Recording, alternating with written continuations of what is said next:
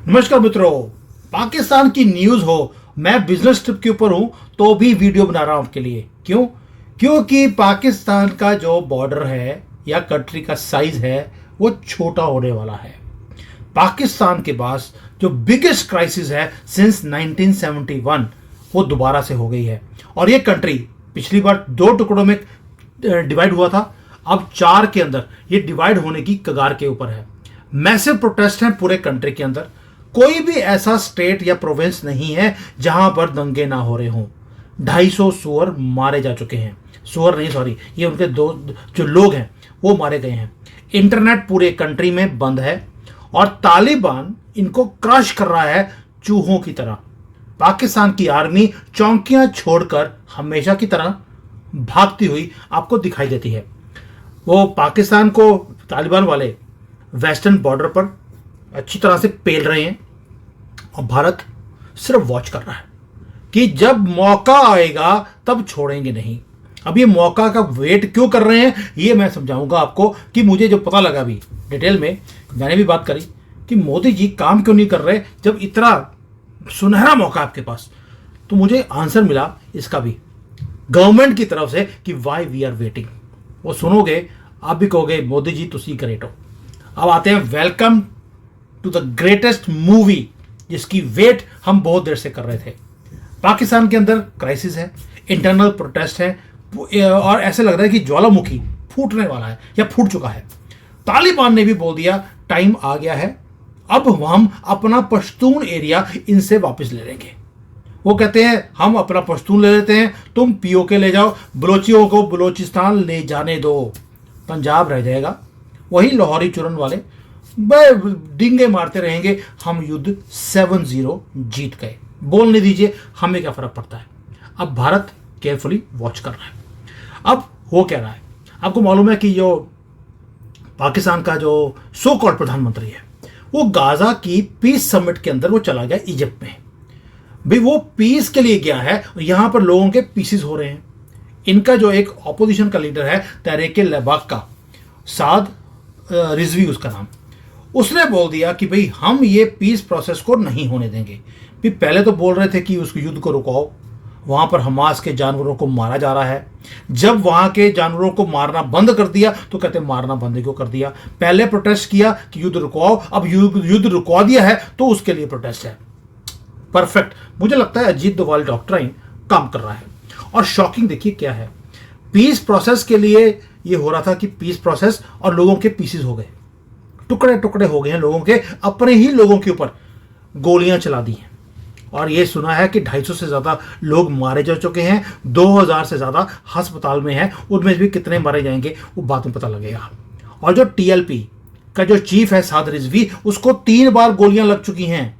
किसी को नहीं मालूम वो मर गया है या कहां पे छुप कर बैठा है। और पूरा पाकिस्तान को शटडाउन कर दिया इंक्लूडिंग इंटरनेट, क्योंकि उनको मालूम है कि अगर टीएलपी का आदमी ये मारा गया रिजवी तो पूरे कंट्री में आग लग जाएगी। क्यों? क्योंकि पाकिस्तान को लगता है कि अगर यहां पर आग लगी भारत कहीं फायदा उठाकर पीओके न ले जाए और भारत की गवर्नमेंट कैपिटलाइज कर लेगी इस क्योस को। क्लासिकल सिविल वॉर की सिचुएशन है पाकिस्तान के अंदर। अजीत डोभाल जी ने 2012 में बोल दिया था कि पाकिस्तान के अंदर डिविजन्स बहुत है, हमें कुछ नहीं करना, अपने आप हमारी चीज हमारे पास आएगी, हमें सिर्फ 2-3 घंटे में। वैसे तो 2-3 घंटे बोल दिया था उन्होंने, क्योंकि उनको पता नहीं था कि मोदी जी क्या कुछ 10 साल में करने वाले हैं 2012 में। अब तो 22-25 मिनट में काम खत्म कर देते हैं हम लोग। और जब एक गवर्नमेंट अपने ही लोगों के ऊपर गोलियां चलानी शुरू कर जाए, इसका मतलब है इंटरनल क्योस आ गया है, कोलैप्स है पूरा। और 4 वे स्प्लिट भी पाकिस्तान का होने के कगार पे है। पाकिस्तान का मैप वो नहीं रहेगा थोड़ी देर के बाद। बहुत ज्यादा साल वेट करने की जरूरत नहीं है। 4 प्रोविंस हैं, चारों के चारों बलोचिस्तान की जो बीएलए है वो ठोक रही है, खैबर पख्तूनख्वा अलग होने की कोशिश कर रहा है और अफगानिस्तान कहते हैं हम ये एरिया लेकर जाएंगे। अभी उनका जो फॉरेन मंत्री था जो भारत में था, उसने वहां पे क्या बोला, अफगानिस्तान का बॉर्डर भारत से लगता है, we are waiting for it. और जो सिंधी हैं उन्होंने भी बोलना शुरू कर दिया, भाई ये तो हमें इकोनॉमी हमारे पास है और हमें ही एक्सप्लॉइट करते हैं पंजाबी, हमने इनके साथ नहीं रहना। और पीओके वो तो हमारा था, है और हमारा ही रहेगा। वहां के लोग भी प्रोटेस्ट कर रहे हैं, हमें भारत में मिला दीजिए। हमें आपका 250 रुपये किलो का या 150 रुपये किलो का आटा नहीं चाहिए। भारत में 3, 4, 5 रुपये किलो का आटा आता है, हमें वो ठीक है। बिजली 5 रुपये यूनिट है, वैसे तो कश्मीरी वो भी पे नहीं करते, वो दूसरी बात है, लेकिन यहाँ पे 5 रुपये यूनिट है और पाकिस्तान में 70 रुपये का है। इसलिए ये जो अब स्पेकुलेशन की बात नहीं है दोस्तों, ये नई रियलिटी है आज की डेट में। अगर इसको हम एक्सप्लॉइट कर गए, अभी विंडो भी परफेक्ट है, मैं पहले बोला था आपको, फसलें कटी हुई हैं, खेत खाली हैं, ऑपरेशंस के लिए परफेक्ट टाइम है, और ऊपर से मॉनसून भी खत्म हो चुका है, सारे जो खेत हैं सूखे पड़े हैं, परफेक्ट टाइम। टैंक लेके जाना है ले जाइए, वैसे तो हमें टैंक लेके जाने की जरूरत पड़ती नहीं है। अब जो अफगानिस्तान ने जो इनके ऊपर इतना बम्बार्डमेंट करनी शुरू कर दी, ये वो अफगानिस्तान है जिसके पास ना तो हथियार हैं, ना उसके पास एयरफोर्स है, और अफगानियों ने इनके डिफेंस इंफ्रास्ट्रक्चर की धज्जियां उड़ा के रख दी हैं। आप सोच के देखिए, खून खून निकल रहा पाकिस्तान की आर्मी का, और ये अफगानिस्तान को हैंडल नहीं कर पा रहे, भारत को क्या हैंडल करेंगे? तो आपको पाकिस्तान की मिलिट्री की स्ट्रेंथ आपको समझ आनी चाहिए। अब आते हैं कि आप में से कई बुद्धिजीवियों ने लिखा था मुझे कि सर पाकिस्तान पे अगर हमने युद्ध किया ना तो सऊदी अरेबिया आ जाएगा। चलिए उसकी बात कर लेते हैं। अभी अभी इन्होंने एक पीस एग्रीमेंट साइन किया था। सऊदी ने बोला था कि अगर पाकिस्तान के ऊपर या सऊदी के ऊपर नहीं, उन्होंने बोला अगर किसी के ऊपर भी अगर अटैक होगा तो यानी कि दूसरे के ऊपर होगा। पाकिस्तान ने बोला हमारे ऊपर तालिबान वाले अटैक कर रहे हैं, तो सऊदी ने बोला अगर हमारे ऊपर अटैक होगा तो माना जाएगा कि अटैक है, तुम्हारे ऊपर अटैक तो कोई मतलब ही है नहीं, जो तुम तो कर्जाई हो, हमारे पहले पैसे वापस करो, उसके बाद तुम्हारे बारे में सोचेंगे। सऊदियों ने हेल्प करने से मना कर दिया। चाइना सीपैक सर आपका सीपैक डिस्ट्रॉय हो जाएगा। चाइना कहाँ है? चुप्पी है, साइलेंट है। तुर्की का अर्दोगन बड़ा ही उछल रहा था, कहाँ है उसकी सपोर्ट? मिसिंग है। और ट्रंप देखिए आसिफ मुनीर को बोलता था बेस्ट मार्शल दुनिया का, शहबाज शरीफ को नहीं बोला क्योंकि प्रधानमंत्री है। क्यों? क्योंकि मुनीर ने पूरे कंट्री को बेच दिया, सिर्फ एक सूटकेस उठाया अमेरिकन प्रेसिडेंट से नोटों का भरा हुआ, अपना घर भर लिया, वो बड़ा खुश है। ट्रंप आया हेल्प करने के लिए? कोई भी नहीं, क्योंकि ट्रंप को मालूम है अगर मैंने अब इनके फेवर में कोई स्टेटमेंट दे दिया, ये फिर भीख मांगने आ जाएंगे मेरे पास कुत्तों की तरह, और मुझे फिर दोबारा से इनके सामने हड्डियां फेंकनी पड़ेगी, दोबारा इनको लंच पे बुलाना पड़ेगा, और ये 1-2 महीने रुक जाएंगे, उसके बाद दोबारा से मेरे पास भीख मांगने आ जाएंगे। तो उन्होंने हेल्प करने से मना कर दिया। अब मैं कहता हूं कि भारतीय गवर्नमेंट वो कुछ कर क्यों नहीं रही? उसका रीजन है 1971 का एक पैरेलल आपको ड्रॉ करता हूं, जो गवर्नमेंट ने बताया हमें। हिस्ट्री रिपीट कर रही है। 1971 में जो बांग्लादेश का शेख मुजीबिर रहमान था, उसने अप्रोच किया था भारतीय गवर्नमेंट को कि हमें ये पंजाबियों से छुटकारा दिलाइए। ईस्ट पाकिस्तान के लोग सफर कर रहे थे वेस्ट पाकिस्तान के, जो ये इतना गंद मचाते हैं, लड़कियों का रेप कर लिया, वो कर लिया, आपको मालूम है, मुझे बताने की जरूरत नहीं है। और भारत में जो इंदिरा गांधी थी, जिसको आयरन लेडी ऑफ इंडिया बोला जाता है, उसने मना कर दिया था हेल्प करने से।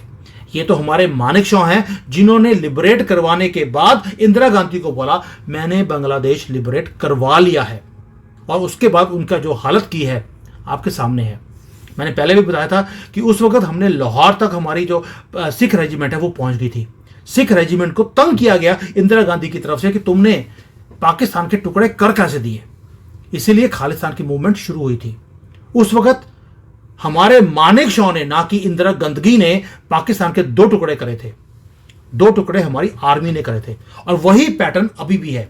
बलोचिस्तान हमें अप्रोच कर रहा है, पाकिस्तान ऑक्युपाइड कश्मीर के लोग हमें अप्रोच कर रहे हैं, इवन की जो टीएलपी वाले हैं वो सारे हमें अप्रोच कर रहे हैं कि भाई हमें यहां से छुटकारा दिलाया जाए। वैसे तो टीएलपी को हमारे अप्रोच करने की जरूरत नहीं है, वो तालिबान को अप्रोच कर रहे हैं, यानी कि एक प्रोविंस तालिबान को और 2 प्रोविंस हमें, 2 नहीं, एक ही बलोचिस्तान। पीओके तो हमारा प्रोविंस हमेशा ही था। ये हालत हो रही है, इसलिए सिविल वॉर की सिचुएशन है। मोदी जी क्या बोलते हैं? हमें गोली चलाने की जरूरत नहीं है, we are just waiting for someone to ask for help. जैसे इन्होंने 1971 में और रहमान साहब ने हमारे से वो मांगी थी, हेल्प मांगी थी, अब भी कोई ऑफिशियली हमारे से हेल्प मांग ले हम दे देंगे। तो ये है भारत की पोजीशन कि क्लियर इंस्ट्रक्शंस है आर्म्ड फोर्सेस को कि अगर कोई मिस एडवेंचर पाकिस्तान की तरफ से हमारी तरफ हुआ, आंसर इस बार वो देना है कि बॉर्डर के उधर जाकर जमीन हड़पनी है, वापस लेनी है, वापस नहीं आना। हड़पने के बाद भारत का झंडा लहराना है और इसे भारत के बॉर्डर को इंक्रीज करना है। कंप्लीट ऑपरेशनल फ्रीडम दे दिया मिलिट्री को, एक चीज। दूसरा ये भी बोल दिया हम अग्रेसर नहीं है, हम कोई ऐसा काम नहीं करेंगे, हम रिस्पॉन्ड करेंगे। अगर उनकी तरफ से हरकत होने की इतनी सी भी आशंका हुई तो ठोक देना और पीओके को भारत में मिला लेना। वॉर करना पड़े, कुछ करना पड़े, हम रेडी हैं। यानी कि आर्म फोर्सेस रेडी हैं, सिर्फ वेट है ऑफिशियल एक स्टेटमेंट की। अब वो कौन देगा? बलूचिस्तान देगा, पीओके देगा, कौन देगा? ये मोदी जाने और वहां के लोग जाने। तो मैं वीडियो के माध्यम से उन लोगों को बोल भी रहा हूं, भैया मोदी जी के फोन को कॉल कर दो, मैसेज डाल दो कि हमें हेल्प चाहिए 1971 स्टाइल। बस आपने ये स्टेटमेंट देनी है और आपको आपका बलूचिस्तान मिल जाएगा, हमें अपना पीओके मिल जाएगा। दोस्तों, जब पीओके के लोग ऑलरेडी बोल रहे हैं कि हम भारत के साथ मिलना चाहते हैं, पीओके हमारा था, अब वहां के लोग भी बोलते हैं कि हम भारतीय बनने को तैयार हैं, चलिए उनको समझ आ गया कि इंसान बनने में ही फायदा है। अच्छी बात है, हमारे लोग वापस आ रहे हैं, जमीन भी वापस आ रही है, तो कॉन्स्टिट्यूशनली वो पार्ट ऑफ भारत ही था।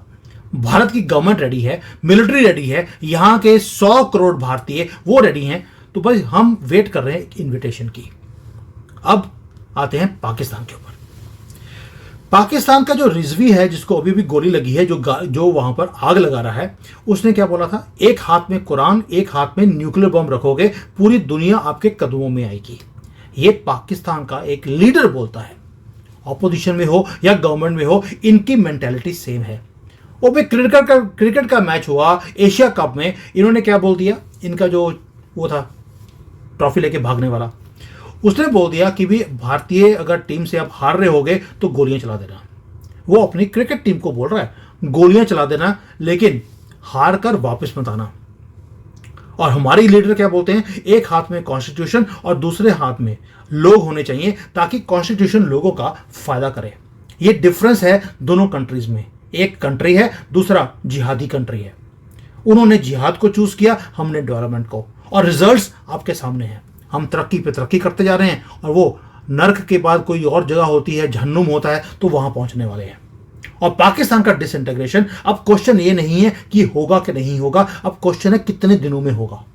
4 प्रोविंस अपने आपस में लड़ रहे हैं, तालिबान उनको क्रश कर रहा है, इंटरनल प्रोटेस्ट है, सिविल वॉर की सिचुएशन है, लोग मर रहे हैं, और भारत वॉच कर रहा है। एशिया का ये जो कंट्री है एक पाकिस्तान, इसके 4 कंट्री अब होने तय हैं। पाकिस्तान अब छोटा होगा, ये बड़ा साइज नहीं हो सकता। ये राइटिंग ऑन द वॉल है। योगी जी होते इस टाइम पर तो ये काम हो गया होता कुछ घंटों में। मोदी जी हैं, कुछ दिनों में कर लेंगे, होगा जरूर। प्लस मैं कई बार एक स्टेटमेंट यूज करता हूं, trust your leadership. Thank you, जय हिंद, वंदे मातरम।